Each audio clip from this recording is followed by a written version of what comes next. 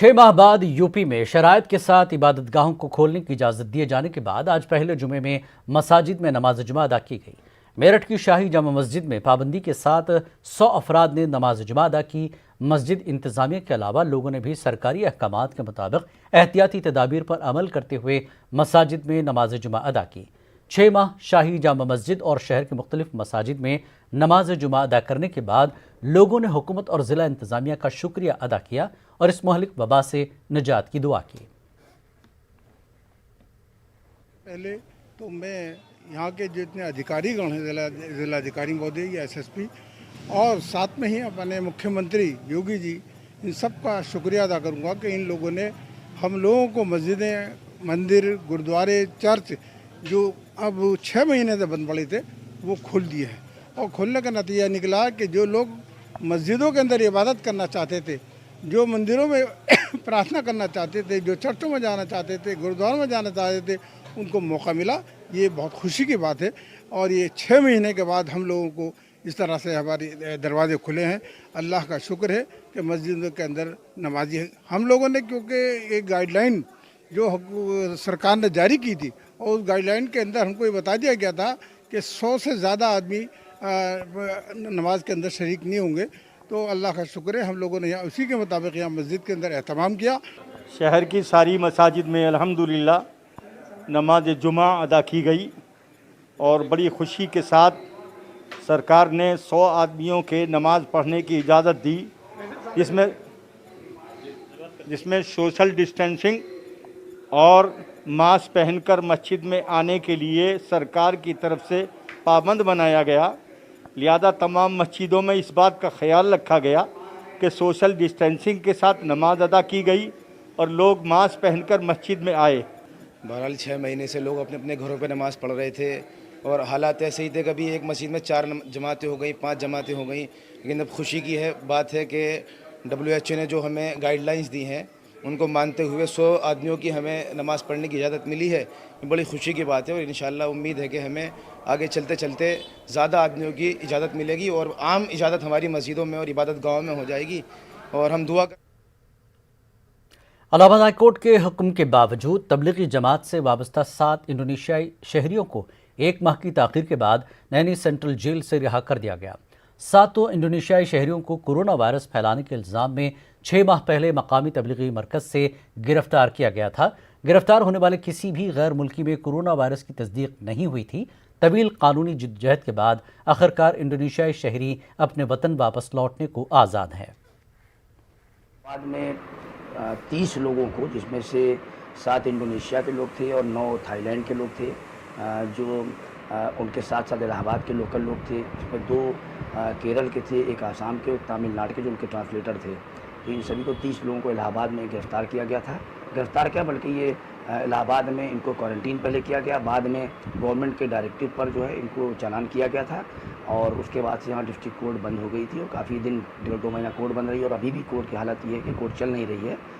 लेकिन उनकी ज़मानतें जो है और लोगों की मैं इलाहाबाद से मैं करा चुका था और इंडोनेशिया और थाईलैंड के लोग, चूँकि कोर्ट बंद थी तो सीधा मैंने हाई कोर्ट में इनकी बेल एप्लीकेशन मूव की थी, जहाँ से हाई कोर्ट से 24 अगस्त को इनकी बेल मंजूर हो गई थी। उत्तर प्रदेश में ख़वातीन के साथ छेड़छाड़ आम सी बात होती जा रही है।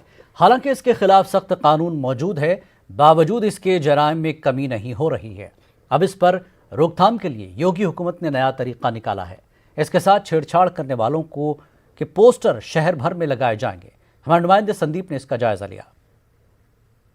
लड़कियों के साथ आमतौर पर छेड़खानी और शोषण की घटनाएं सामने आती हैं, लेकिन कई कानून भी बनाए गए, लेकिन उसका असर नहीं दिखाई देता। अब योगी सरकार ने एक फैसला लिया है जिसके तहत ऐसे लोगों जो लोग छेड़खानी करेंगे और शोषण में शामिल होंगे, उनके पोस्टर चौराहों पर लगाए जाएंगे। हमारे साथ कुछ लड़कियां मौजूद हैं, आइए उनसे बात करते हैं कि इस कानून को बनाए जाने से क्या लगता है कि कुछ असर होगा, लोग डरेंगे, क्या होगा, आपको क्या लगता है? जी बहुत असर होगा, क्योंकि जब उनके पोस्टर लगाए जाएंगे तो उनकी जो हिम्मत है वो कम होगी। उनको थोड़ा डर लगेगा कि हम अगर ऐसा करेंगे तो हमारे जो उनकी सोसाइटी में उनकी बदनामी होगी, तो डरेंगे। काफ़ी से चेंजेस होंगे। आप बताइए कि क्या लगता है, ये कानून बनाया गया, लोगों में डर होगा, बदनामी का डर होगा कि उनके पोस्टर्स उनके घर वाले देखेंगे और ऐसे अपराध में वो शामिल होंगे, क्या लगता है आपको, कुछ असर होगा इसका? बदनामी का वो उनके ऊपर है कि वो क्या करते हैं। अगर उनको खुद में शर्म होगी तो होगी, अगर नहीं होगी तो चाहे कितना भी कर दिया जाए वो नहीं मानेंगे। फिर भी अगर मान जाए तो ये अच्छी बात है, समझना चाहिए उनको भी, उनके घर पे भी। इसके पहले भी कई कानून, सख्त कानून बने हैं, उसका असर नहीं दिखाई पड़ता है। क्या इस कानून का असर दिखाई पड़ता है? असर दिखता भी है, नहीं भी दिखता है। कहीं पे लोग नहीं मानते हैं, कहीं पे मानते हैं। मानना चाहिए उनको, ये उनके ऊपर है। तो जिस तरह से आपने देखा कि लोगों की ये प्रतिक्रिया है, इन लड़कियों का ये कहना है कि इस कानून से असर होना चाहिए, क्योंकि ऐसे लोगों की बदनामी होगी जिनके पोस्टर चौराहे पर होंगे, जिससे उनकी बदनामी हो सकती है, तो शायद उससे डर पैदा हो। कानपुर से संदीप सविता, न्यूज़ 18 उर्दू। ज़राई बिल के खिलाफ आज कानपुर में भी किसान सड़कों पर उतरे और मरकजी हुकूमत के खिलाफ जमकर नारेबाजी की। किसान एहतजाज करते हुए बिलोर तहसील पहुंचे, जहां उन्होंने सदर जमहूरिया के नाम मेमोरेंडम दिया, जिसमें इस बिल को वापस लेने की मांग की गई। हमारी ये जो काला कानून जो है बगैर उसके पास कर लिया गया है सहमति के, इस कानून का हम लोग विरोध कर रहे हैं। इसी के मद्देनज़र आज तहसील में तालाबंदी किया गया, हाईवे पे बैठा गया, और अगर ये कानून वापस नहीं हुआ तो अगला टारगेट हमारा ये है कि अपना गांव अपनी रोड, हम अपने गांव के बाहर की सारी रोडें जाम कर देंगे। ज्ञापन दे दिया है, सरकार को सूचना दे दी है। अभी तो ये अंगड़ाई है, आगे बहुत लड़ाई है। अगर हमारी समस्या को गंभीरता से नहीं लिया तो मैंने तो आपको बता ही दिया, अपना गांव अपनी रोड, हम अपने गांव के बाहर की सारी रोडें बंद कर देंगे। प्रशासन को झुकना पड़ेगा। ज़राई ऑर्डिनेंस 2020 के खिलाफ कई किसान यूनियनों ने आज मुल्कगीर सतह पर बंद और चक्का जाम का ऐलान करते हुए एहतजाजी मुजाहरा किया। मेरठ में भी भारतीय किसान यूनियन और भारतीय किसान दल के अलावा मुख्तलिफ किसान यूनियनों ने जिले के 120 मकामात पर एहतजाजी मुजाहरा किया। किसानों ने ट्रैक्टर और गाड़ियों के साथ NH-58 पर भी जाम लगाकर मुजाहरा किया। किसान ही तो बर्बाद हो रहा, और किसान ही वोट दे, और जिस देश का किसान जो है खुशहाल नहीं होगा तो वो देश कभी खुशहाल नहीं हो सकता। अगर खुशहाल होगा तो देश भी खुशहाल होगा। इसीलिए हम मोदी जी तक कहते हैं कि किसानों के बारे में सोचो, ये फ्रॉड बात करनी बंद कर दो, झूठे सच्चे वादे बंद कर दो, और हकीकत पे ज़मीन पे लेकर आओ, कार्य लेकर आना चाहिए ज़मीन पे, तो किसान जी भी तो खुश होगा। और ना किसान कब चाहता है क्यों हम रोड पे बैठे, भाई हमें क्या मतलब है रोड पे, हम भी अपने घर में काम करते, लेकिन हमें मजबूरी है, हमें पीड़ा है, हमारे किसान भाइयों को पीड़ा है, तो हमें मजबूरी में आना पड़ा, तो हमें तो सड़क पर उतरना पड़ा। हमारा कहना ये है कि जी कोरोना के टाइम पे बड़े बड़े जो हमारे नेता हैं ये अपने घर बैठे थे इसी में, लेकिन हमारा किसान भाई भी फिर भी सुबह शाम अपने खेत में गया बिना कोरोना के देखे हुए, डर के, कि उसने सोचा कि हमारे देश को 2 टाइम का खाना मिल पाए। लेकिन अगर किसान ही ऐसा हो रहा है किसान के साथ, तो इस देश में क्या फायदा किसान के जीने का। आज किसान भाई सड़क पे इसलिए नहीं उतरे क्योंकि वे चाहते नहीं हमारी जनता को परेशानी हो, लेकिन अब किसान भाइयों की परेशानी जनता को भी परेशान करना पड़ेगा, जब भी हमारी सरकार कुछ करेगी। ने तो किसानों की बिल्कुल दही तोड़ के धरती, कुछ नहीं, किसानों के हित में कोई काम नहीं, जो वादे करे थे वे सब झूठे वादा कर रहे थे, खर्चे दुगने कर दिए, आमदनी झूठी। तुझे 6 साल से गन्ने पे 1 रुपया नहीं बढ़ाया, डाई पे बढ़ गए, यूरिया पे बढ़ गए, और आपका बिजली के बिल पे बढ़ गए। खर्चे दुगने, आमदनी झूठी। तू है आमदनी दुगनी कैसे कर देंगे 22 तक, मैं तो समझ में नहीं आता इनका हिसाब कौन सा। विरोध प्रदर्शन हमारा जारी रहेगा जब तक ये हमारी काला कानून रहेगा, जब तक काला कानून रहेगा। मुल्कगीर किसानों के एहतजाजी मुजाहरों के तहत आज अलीगढ़ में भी जिला कलेक्ट्रेट पर किसानों की कई तंजीमों ने जबरदस्त एहतजाज दर्ज कराते हुए हुकूमत की सख्त अल्फाज में मजम्मत की। इस मौके पर भारतीय किसान यूनियन और किसान कर्ज मुक्ति आंदोलन के तहत के जिम्मेदारान ने सदर जमहूरिया हिंद के नाम अर्जदाश्तें भी जिला इंतजामिया को पेश की। मरकजी हुकूमत के जरिए किसानों के ताल्लुक से लाए गए बिलों पर किसान जबरदस्त एहतजाज कर रहे हैं। 3 विधेयक केंद्र सरकार ने किसानों के खिलाफ चुपचाप, किसी को बहस करने का अधिकार नहीं दिया, लोकसभा में किसी को प्रश्नकाल नहीं किया, और अपने आप बना लिए अपने, और अध्यादेश के लिए जो अध्यादेश बिल में बदल दिए। बिल जो है राष्ट्रपति के यहाँ है। हम राष्ट्रपति से सबसे पहले ज्ञापन में मांग करते हैं कि उस पर दस्तखत न करें और पूरे किसानों से चर्चा करे। देश की सरकार किसानों के प्रतिनिधियों से हर पाल गुट से चर्चा करे और लोगों से चर्चा करे, और करके जब इसका कानून बनाया जाए। किसान को अपना अधिकार है, जब हर कोई अपना अधिकार रख सकता है, एक फैक्ट्री बनाने वाला, एक बनिया, सब अपने अपने अधिकार रखते हैं, तो किसान को भी तो अपना अधिकार होना चाहिए। वो हमारे अन्नदाता हैं, हमको अन्न देते हैं, हम उनसे ही तो प्रेरित हैं। तो हमें उनको अधिकार देना चाहिए, गवर्नमेंट को उनको अधिकार देना चाहिए, उनको अपने मूल्य रखने का, किसी भी चीज़ की खाद्य पदार्थ का सबका मूल्य देना चाहिए। किसानों के जरिए मरकजी हुकूमत की तनकीद का सिलसिला जारी है, लेकिन साथ ही अब सियासी पार्टियां भी किसानों की हिमायत में सड़कों पर नजर आ रही हैं। आज अलीगढ़ में समाजवादी पार्टी जिला सदर गिरीश यादव की क़यादत में कारकुनान ने कोविड की गाइडलाइन के तनाजुर में एक 5 नुकाती अर्जदाश्त जिला इंतजामिया को पेश की, जिसमें किसानों के साथ ही दीगर मुतालबात को हल करने का मुतालबा किया गया। सभा में और लोकसभा में बिल पास हुए किसान विरोधी, उनके खिलाफ हमारा ज्ञापन था। किसानों को अगर इस विधेयक के आधार पर मंडियां खत्म हो जाएंगी, उनको प्रॉपर MSP नहीं मिलेगा, किसानों की जो खेती है वो कारपोरेट जगत में चली जाएगी, उससे मेड़ टूट जाएंगी, किसान उनका श्रमिक मजदूर बंधुआ मजदूर होकर रह जाएगा। कोविड-19 के तो उस दौरान में लाखों लोगों की नौकरियां गई हैं, उनको बहुत बड़ी समस्या हो रही हैं। किसान नौजवान बहुत परेशान हैं, किसानों को प्रॉपर बिजली नहीं मिल रही, श्रमिकों को रोजगार नहीं मिल रहा। कम से कम 14 लाख नौकरियां ख़त्म हो चुकी हैं। इस समस्याओं को लेते हुए, बिजली की समस्या को लेते हुए, लॉ एंड ऑर्डर की समस्या को हमने राज्यपाल महोदया के नाम ज्ञापन द्वारा। अलीगढ़ में प्रेस क्लब की तामीर का मुतालबा कई दहाइयों से किया जा रहा था, लेकिन अब यह ख्वाब जल्द शर्मिंदा ताबीर होने जा रहा है। नगर निगम बोर्ड की मीटिंग में प्रेस क्लब के ताल्लुक से इंतजामिया की जानब से पेश की गई तजवीज़ का सभी म्यूनसिपल काउंसलरों ने इस्तकबाल करते हुए अक्सरियत से तजवीज़ को पास करने का ऐलान किया। अलीगढ़ नगर निगम के मेयर मोहम्मद फुरकान की सदारत में हुई बोर्ड मीटिंग में काफ़ी हंगामे के दौरान प्रेस क्लब के लिए ज़मीन दिए जाने की तजवीज़ रखी गई थी, जिसे इत्तेफाक राय से मंजूर कर लिया गया। मेयर मोहम्मद फुरकान ने कहा कि अलीगढ़ में प्रेस क्लब का होना सभी के लिए बाइस फ़ख्र होगा। ये खाली पत्रकारों का मामला नहीं है, अलीगढ़ की इज्जत का मामला है। अलीगढ़ की इससे इज्जत बढ़ेगी कि वहाँ नहीं होते प्रेस क्लब जो होते हैं, हर जगह तो होते नहीं है, छोटे मोटे जगह जहाँ होते हैं एक शोहरत होती है, एक इज्जत होती है, एक जगह बनती है। और जब बाहर के लोग आते हैं, वो भी आते हैं, सब प्रेस क्लब बैठेंगे।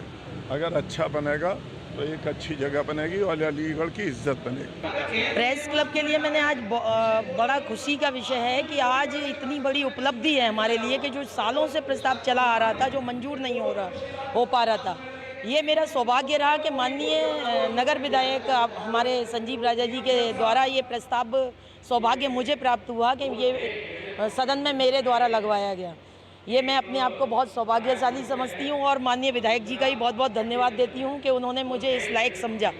और आप मीडिया, प्रेस क्लब के लिए मीडिया कर्मियों को सभी को हार्दिक और बहुत बहुत मैं दिल से आजमगढ़ जिले के जहानाबाद थाना इलाके में एक नौजवान की दहशत इस कदर फैली हुई है कि उसके खिलाफ बोलने को तैयार नहीं है। यह नौजवान असलहों के साथ वीडियो बनाकर सोशल मीडिया पर इसलिए अपलोड करता है ताकि गांव के लोगों में उसकी दहशत बनी रहे। आए दिन गांव में लोगों को वो लहूलुहान कर देता है, पर इंतजामिया खामोश तमाशाई बनी हुई है। हालांकि अब वीडियो वायरल होने के बाद पुलिस ने कार्रवाई की बात कही है।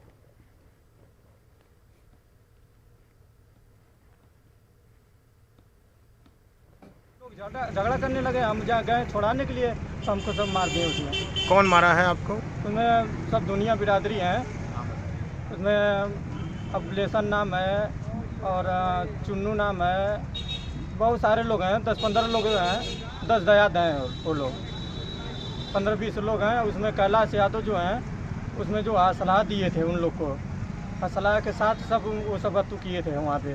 कैलाश यादव कौन है? जी, कैलाश यादव हमारे गांव के हैं। क्या हैं कैलाश यादव स्कूल चलाते हैं। आप उन लोग राजनीति करवा के हमको मरवाए हैं। हम 2 साल गांव छोड़े थे, ये हमको मारने के लिए सब प्लान बना रहे थे, तो हम 2 साल गांव छोड़े थे। ये थाना रोना पार का रहने वाला एक परिवार था, उनकी एक छोटी समस्या थी। मेरे द्वारा उनके प्रार्थना पत्र लेकर, ये जन सुनवाई के दौरान आए थे, उनके प्रार्थना पत्र लेकर मेरे द्वारा तत्काल प्रभारी निरीक्षक रोना पार को निर्देशित किया गया कि इनके साथ गांव में जाएं, या जहां के रहने वाले और जो समस्या है उसका निराकरण करें, आज ही मुझे अवगत कराएं। वो लोग यहाँ से थाने गए हैं, थाने से प्रभारी निरीक्षक इनके साथ इनके गाँव जाएंगे और इनकी समस्या का निराकरण आज ही करेंगे। कैस्ट्रॉल एक्टिव ने नेटवर्क 18 के साथ प्रोटेक्ट इंडियाज इंजन नाम से एक मुहिम की शुरुआत की है। इसका मकसद मुल्क के इंजनों की हिफाजत, मैकेनिक की सलाहियतों को उभारना है। इस मुहिम में आपका साथ मैकेनिकों के बेहतर मुस्तकबिल के लिए 50 लाख रुपए इकट्ठा करने में मदद करेगा। भारत 2 पहिया वाहनों की दुनिया का सबसे बड़ा निर्माता है और साथ ही उनकी सर्विस के लिए बड़ी संख्या में मैकेनिकों को रोजगार के अवसर प्रदान करता रहा है। हालांकि देश भर में हुए लॉकडाउन ने इन छोटे पैमानों के लाखों मैकेनिकों के भविष्य को अंधे कुएं में धकेल दिया। परेशानी यही है कि लॉकडाउन के बाद तो काम चला ही नहीं है बिल्कुल भी। जैसे जैसे लॉकडाउन थोड़ा थोड़ा बढ़ने लगा, खुलने लगा, तो वैसे ही सहज काम भी सही होने लगा, लेकिन अभी भी प्रॉपर तरीके से काम भी इतना अच्छा नहीं है जो होना चाहिए। इसी सिलसिले में जागरूकता बढ़ाने और छोटे पैमाने के मैकेनिकों को सपोर्ट करने के लिए नेटवर्क 18 ने कैस्ट्रॉल एक्टिव के साथ मिलकर प्रोटेक्ट इंडियाज इंजन कैंपेन को लॉन्च किया। देश के इंजन की सुरक्षा और मैकेनिकों के तकनीकी कौशल को उभारने की पहल, ताकि हम उन्हें एक बेहतर कल दे सकें। As mechanics resiliently look to get back on their feet, Castrol India and Network 18 present Protect India's Engine, a joint initiative to empower India's mechanic community to navigate through these difficult times and be better equipped to restart their business. Castrol Active will aim to invest up to rupees 50 lakhs towards upskilling initiatives for mechanics.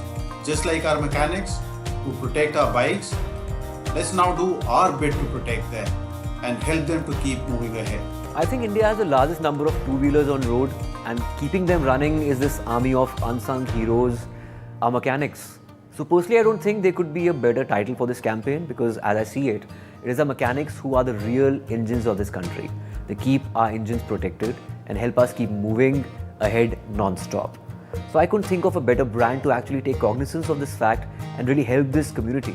जैसे Bharat systematic unlock की ओर बढ़ रहा है, हमारा ये फर्ज बनता है कि हम अपने मैकेनिक भाइयों का समर्थन करें और उनके भविष्य के लिए नए रास्ते खोलें। आइए जुड़िए कैस्ट्रॉल एक्टिव और नेटवर्क 18 के इस पहल से और दीजिए अपना support protect India's engine campaign को। रुक मत चल तू। इलेक्शन कमीशन ने कर दिया है। Chief election commissioner Sunil Arora ने एक प्रेस कॉन्फ्रेंस करके तारीखों का ऐलान किया। बिहार में 3 मराहिल में असेंबली इंतखाबात होंगे। पहले मरहले में 16 अजला की 71 असेंबली हलकों में 28 अक्टूबर को वोट डाले जाएंगे।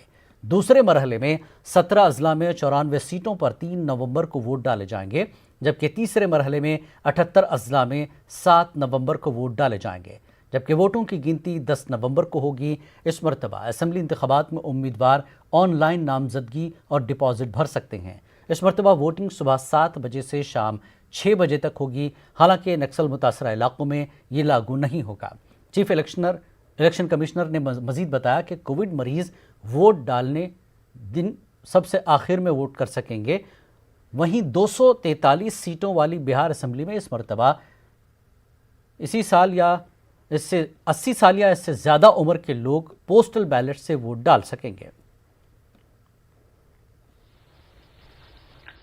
First phase 1 October. Am I clear?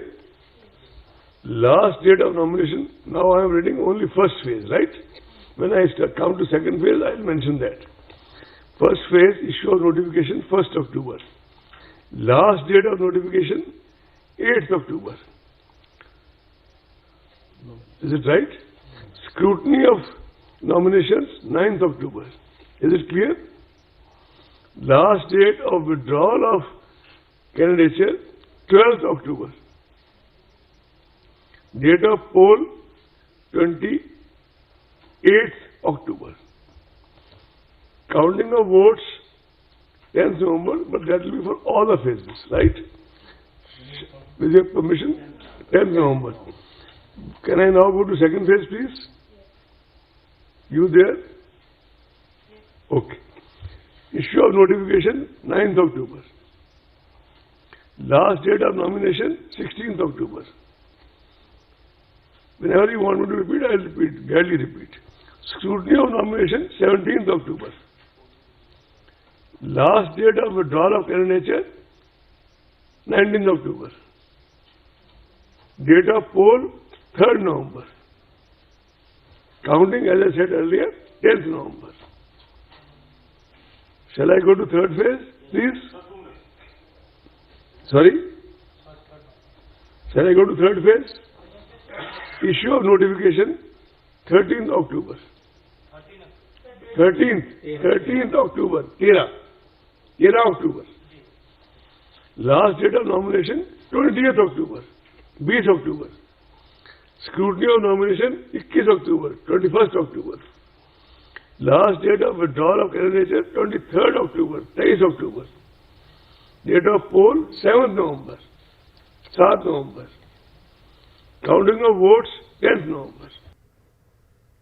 RJD leader Manoj Jha ने इलेक्शन कमीशन के फैसले का खैर मकदम किया है, वहीं कई मशवरे भी दिए हैं। चुनाव आयोग के फैसले का हम स्वागत करते हैं। जिंदा पॉलिटिकल पार्टी जैसे राजग वो चुनाव की तिथि की घोषणा का इंतजार नहीं करती, तैयारी की।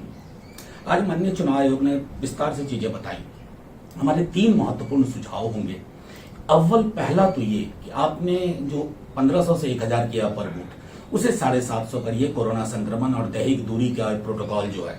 दूसरा, जो वक्त आपने बढ़ाया है 1 घंटे 7 से 6, उसे 7 से 7 अगर हम करेंगे तो एक भागीदारी परस्पर और एक दूरी का भी, दैहिक दूरी का भी इंतजाम बेहतर होगा। और आखिरी ये गुजारिश जो हमारी पार्टी ने लिखित में भी दिया था माननीय चुनाव आयोग को, क्योंकि ये ऐतिहासिक कालखंड में ये चुनाव हो रहा है कोरोना संक्रमण के मद्देनजर, तो कोशिश ये होनी चाहिए कि एक मैसेज जाए वोटर इंश्योरेंस के लिए, एक विकल्प के रूप में उस पर विचार किया जाए और उसको इम्प्लीमेंट किया जाए, ताकि फेस्टिवल ऑफ डेमोक्रेसी जिसको कहते हैं, महोत्सव, वो आधा अधूरा ना लगे, सर्वांगीण सबकी बड़ी भागीदारी हो। बिहार में इंतखाबात की तारीखों का ऐलान कर दिया गया है। ऐसे में कांग्रेस ने तंज करते हुए कहा कि कोरोना के दौर में ये इंतखाबात थोपे गए हैं, लेकिन पार्टी इंतखाबात के लिए तैयार है। आयोग जब भी चुनाव कराएंगे, कोई भी राजनीतिक दल हमेशा तैयार रहता है, खासकर महागठबंधन और कांग्रेस पार्टी पूरी तरह तैयार है। भले ही कोरोना के कारण बिहार की जनता पे चुनाव थोपी जा रही है, लेकिन एक राजनीतिक दल होने के कारण, एक मजबूत राजनीतिक दल होने के कारण कांग्रेस पार्टी हमेशा हर चुनाव के लिए तैयार रहती है। बीजेपी रुकने पार्लियामेंट रामकृपाल यादव ने कहा कि हम इंतखाबात के लिए तैयार हैं। गुज़श्ता 8 महीने से हम तैयारी कर रहे हैं, अजीम इत्तेहाद में बिखराव है। ये तौर पर तैयार हैं और भारतीय जनता पार्टी तो सालों कार्यकर्ताओं को तैयार करने में लगी रहती है और अभी चुनाव का पिछले 7-8-9 महीने से तैयारी चल रही है और मैं समझता हूँ कि इस बार का चुनाव थोड़ा अलग तो ज़रूर रहेगा, मगर उसी के हिसाब से जो इलेक्शन कमीशन का गाइडलाइन है उसी के अनुसार से फॉलो भी कर रहे हैं। हम लोग का प्रचार भी प्रारंभ हो गया है और मुस्तैदी के साथ हमारे कार्यकर्ता लड़ेंगे और पूरे तौर पर एनडीए लड़ेगी और विरोधियों को परास्त करेगी।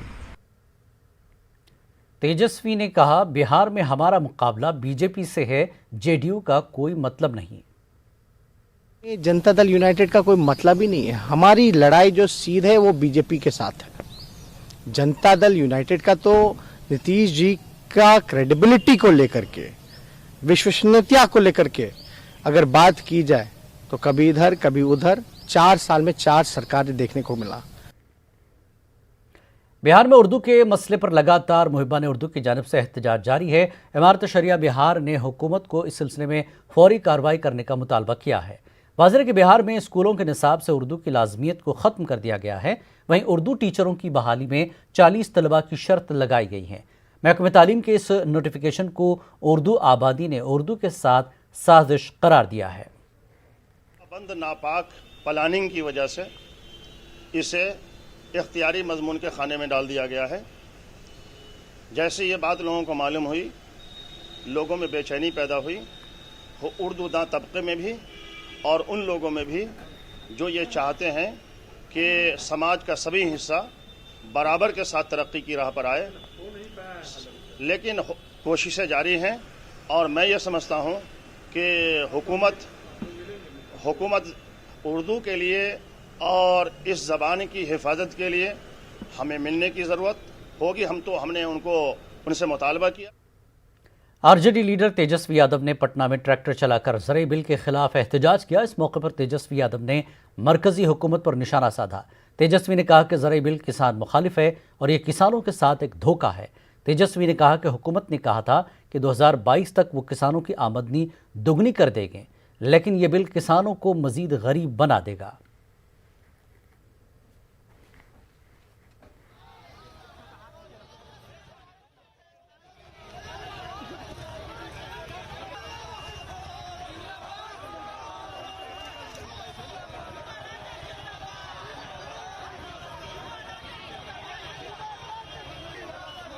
निजीकरण किया जा रहा है और जो सुरक्षा कवच है वो हटा लिया गया। नीतीश कुमार को जवाब देना चाहिए। बिहार में पहली बार एपीएमसी को जो है वो हटाया गया 2006 में। किसान गरीब होता गया, पलायन कर रहा है, इसलिए हम लोग खिलाफ में हैं। नहीं, हम लोग तो जा रहे, पार्टी ऑफिस चला के जा रहे हैं। प्रदर्शन विरोध करना, हम किसानों के साथ खड़े हैं। किसानों का बल है राष्ट्रीय जनता दल, लेकिन जनता तैयार है। किसान बदहाल है, वो इंतजार कर रहा है। नौजवान बेरोजगार है, वो इंतजार कर रहा है। सार मजदूर को जो इन्होंने अपमानित किया है वो इंतजार कर रहा है। इस बुलेटिन में फिलहाल इतना ही। मज़ीद ताज़ा खबरों के लिए आप लॉगिन कर सकते हैं हमारी वेबसाइट news18urdu.com पर। आदाब।